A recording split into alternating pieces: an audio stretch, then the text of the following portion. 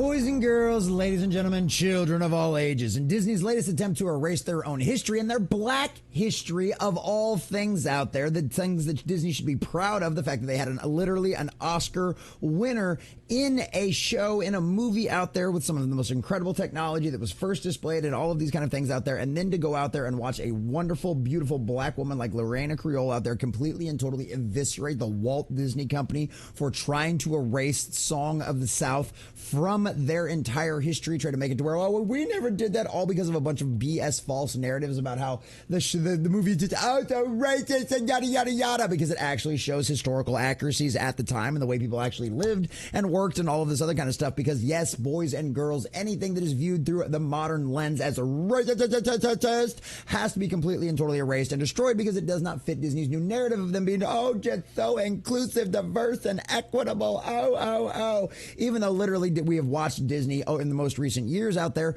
literally shrink a black man on a poster and put a helmet on another one just to capitulate to China's absolute racism that they have in their culture that permeates the entire thing. While Disney will gladly capitulate to all of those wonderful China bucks out there, Disney will try to accuse their own history of being racist and try to remove it all for the sake of a bunch of nonsense wokeness. And well, ladies and gentlemen, that erasure has now been complete. But of course, we all know better. We all know the truth. We will document that it's this disastrous dumpster fire that is Disney's absolute hypocrisy and literally just proving themselves the fact that they are truly the racists in this whole situation, because trying to erase such an iconic black man from their own history, who Walt Disney was indeed at the time trying to promote those kind of people, where a lot of the mainstream, these legacy organizations out there that we all see now, were trying to discriminate against these kind of people. So once again, the Walt Disney Company in the modern era is showing how much they are truly the racists in this whole situation. So we're going to check out this article from thatparkplace.com proving that Disney is trying to erase an incredible black man from their own history, and even though he should be lauded as one of the greats of the era. But before we do, if you do enjoy our content, hit that like button, share it with all your friends, and subscribe or follow if you have not already, boys and girls, because we are grinding, we are growing, and I could not do that without every single one of you. Also, leave us a comment section down below. Do you believe Disney is absolutely and completely and totally racist, and this is just a cover for all of their kind of nonsense BS that they try to push in the modern era, even though we have the proof positive to show? Also, by the way, it helps with the algorithm, so please leave us comments in the section down below. And also, this is great. I can't wait to read through you guys the stuff. Reina Creole just absolutely destroying this. Not only she is a beautiful woman, she's absolutely incredibly and smart about this, and just destroys the narrative that all of these woke psychopaths out there try to continuously push. And that is just the chef's kiss. That is just a cherry on the top of this entire article. So from that Park Place and our dear sweet Marvin Montano, Disney removes the last Song of the South reference from Walt Disney World. Oh, color us shocked there, boys and girls. Disney eliminated the final reference to Song of the South in the Walt Disney World by taking down a photo displayed at Walt Disney Presents in Disney Hollywood Studios.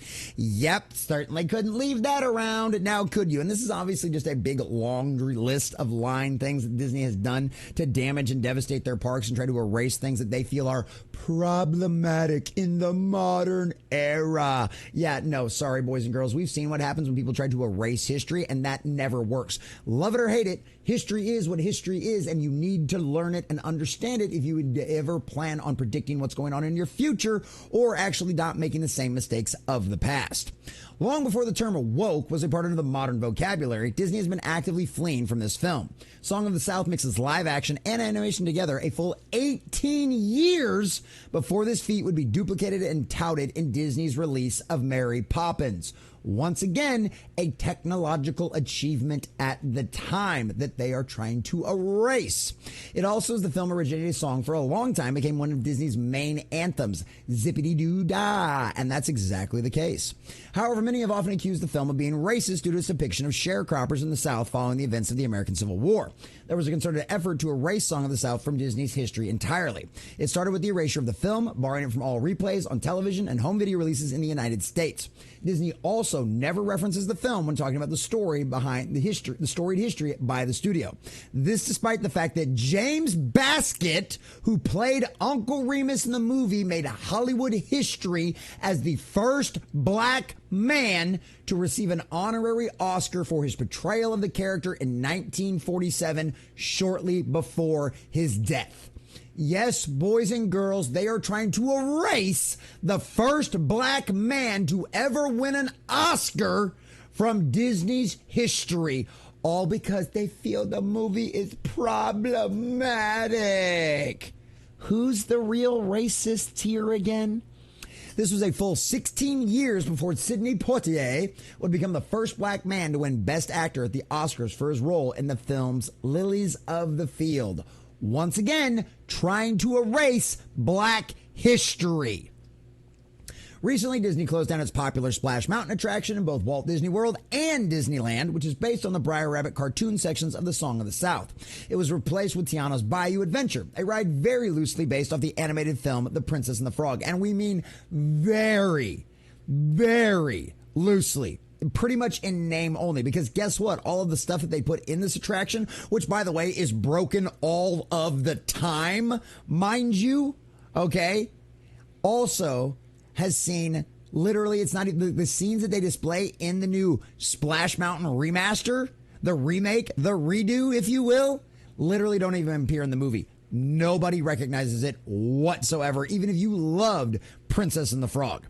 However, this attraction has widely been panned by Disney fans for its lack of audio animatronic characters, lackluster original music, and the fact that it spends several hours of practically every day since opening in Disney's Magic Kingdom down with maintenance issues. Oh yes, color us shocked there. The same kind of woke mentality that gives us broken and buggy games and storylines that make absolutely no sense in movies and television and games out there. Color us shocked there. They also couldn't make an actual functioning ride. It's almost like this agenda-driven nonsense makes them concentrate on that more than anything else. It's almost like it matters to them more than anything else. I'm sure that's just crazy, though. Who would ever think such a thing out there? But Disney's Song of the South purge in Walt Disney World has finally been completed, with the final referencing to the film vanishing from the park just last week. WDWNT reported that an image depicting Song of the South in Walt Disney Presents, formerly Walt Disney's One Man's Dream, because of course all of that has to be changed too, had vanished from the walkthrough attraction. This is a sort of Disney museum highlighting Walt Disney's life and accomplishments. Song of the South was given a passing reference in a mural depicting the Disney's accomplishments in 1943. It featured Uncle Remus and the kids alongside Brer Rabbit, Brer Fox, and Brer Bear. The mural now shows Mr. Toad and Angus McBadger from the Adventures of Ichabod and Mr. Toad, which was released in 1949. So once again, trying to erase an accomplished black man from their history, all because they feel it's problematic through a modern lens. Notice how that modern lens seems to destroy and damage so much history stuff. It's almost like it's intentional, like they're trying to erase their history and rewrite it. What does that remind us of? I don't know. I can't think of what else has done that in the past.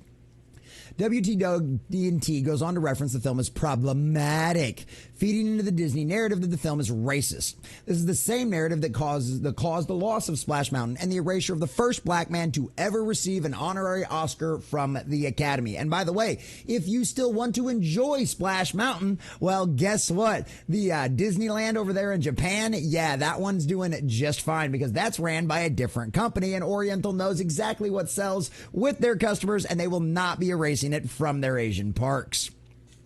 But YouTuber personality Reina Creole, an actual strong black woman, has been one of the loudest voices pushing back against this narrative. And she recently sat down with me to explain why she feels the film isn't problematic at all. And this is candy, Piter. This is absolute candy. She destroys this narrative because she is exactly who Disney claims they're representing when they do this kind of thing.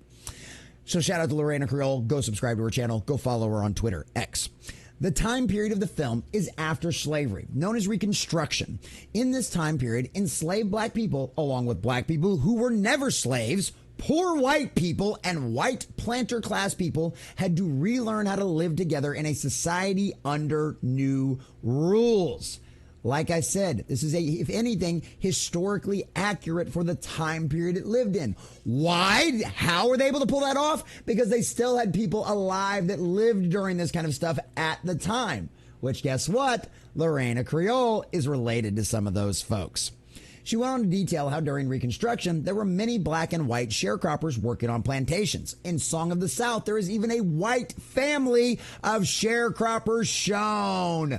No. It's not just the black people going out there and doing this. They show a historically accurate that, guess what? White folks are having to deal with it too. How's that for your narrative? Oh, that's right. Because if anybody actually goes back and watches Song of the South, which you've tried to erase from as much as possible, yes, they would know if they actually watched it and looked at it that it depicted white and black people dealing with the same nonsense. Wonder how that would destroy their narrative. And this is great. Here goes Lorena. According to my Jim Crow South-raised grandparents, it wasn't uncommon for both poor black and white people to live together in relative peace. Wow. Boy, doesn't that destroy the narrative of all of the woke agenda nonsense too. Because white people and black people have never gotten along. It was always so racist back then, and all the white people hated all the black people. No, D'Angelo, you're just the racist. And the rest of us think this is actually normal to get along with people that don't look exactly like us. The speech patterns in Song of the South are the same speech patterns my grandparents spoke in. Many people of that day had just a grade school education, and it showed in their speech regardless of race. It's never been a race thing. None of it has ever been. It's always been about the culture. And guess what? That same culture that might be predominantly black can also include white people.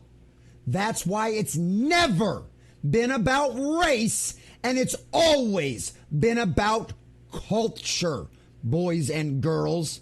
And that's the lie they try to sell you, because if you realize it's culture, well, guess what? We can all get along, and we can all appreciate each other's particular ways of doing things, and also all the incredible food that comes from around the world. Do not deny yourself the culture of other places and enjoy it. And enjoy it. So, yeah. She then went on to defend the relationship between Uncle Remus and the plantation owners in the film. What some call subservient in this film is actually the preservation of an existing relationship that did not end just because slavery ended. Lorena said, referencing how many incorrectly criticized the film's portrayal of happy slaves because they weren't slaves at the time. That had all been made illegal. But of course, once again, they don't actually want to study history and understand context. They just want to look at something casually and not actually study what it truly means, because, they're the smart ones and they know better than all them evil racists from 1943. Uncle Remus had ties to the family before slavery, as did a lot of black families in this time period. My third great-grandfather, a captain in the Mississippi Infantry during the Civil War, had his mixed-race nephew, fathered by his brother, and former enslaved mother live with them for wages. It happened. Yeah, you were technically working for them, but you were still getting paid. This is kind of thing that happened. And that's one of the things that, like, there's a great, even if you watch Roots, right? There's a great show of this even in Roots too, about how the plantation owner ends up having to sell it out to this asshole because, like, you know, he can't keep things afloat anymore, but he tries for a little while and he's like, hey, we'll figure this out. I'll try to figure out how we got to pay you guys and like all this other stuff. Like, he tries to figure it out and it ends up collapsing and failing. And there was a lot of that. There was a lot of that during that time period. So he then spoke how the Briar Rabbit stories are based on oral stories that originated in Africa and were brought to the New World.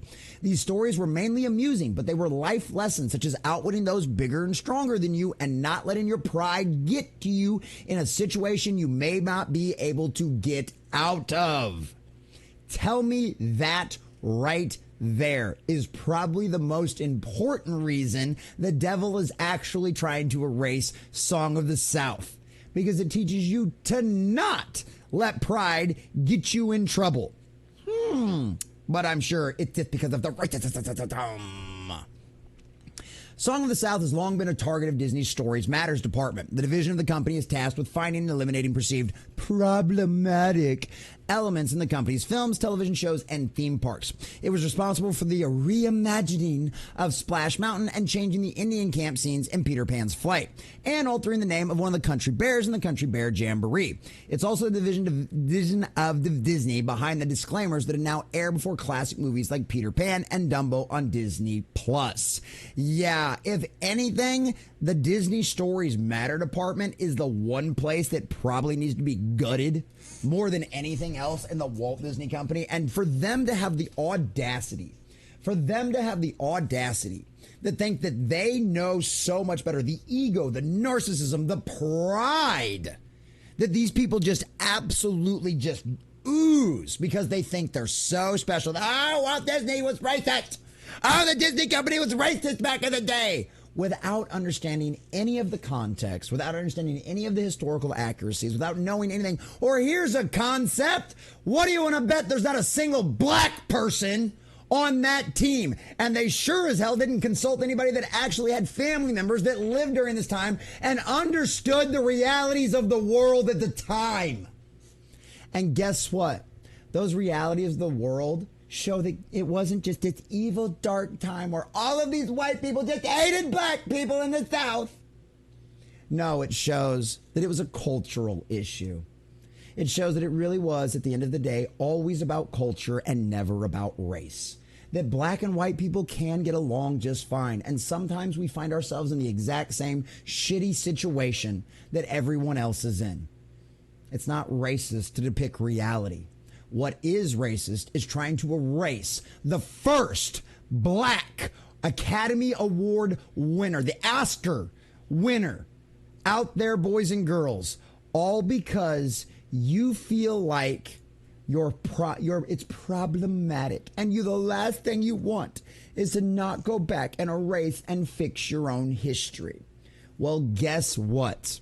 We will not allow you to erase Uncle Remus. We will not allow you to erase James Baskett and his wonderful achievements out there in Hollywood, because he was the first black man to get that award.